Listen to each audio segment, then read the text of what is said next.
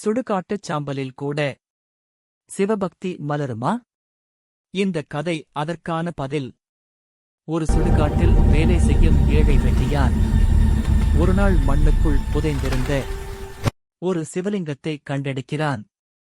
அதை ஈசனின் அருளாக நினைத்து அரசரிடம் கொண்டு போய் காட்டுகிறான்.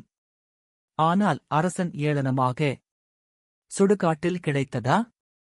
அப்படியென்றால் சாம்பலாலேயே பூஜை செய் என்று சிரிக்கிறான்.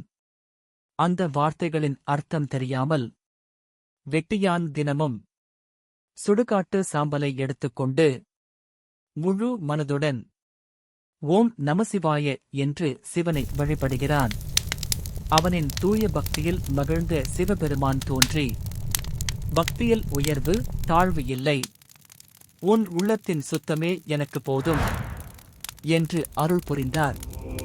அந்த நொடியிலே வெட்டியான் மோட்சம் அடைந்தான். சாம்பல் அல்ல முக்கியம், சிவனை அடையும் வழி உண்மையான பக்தி.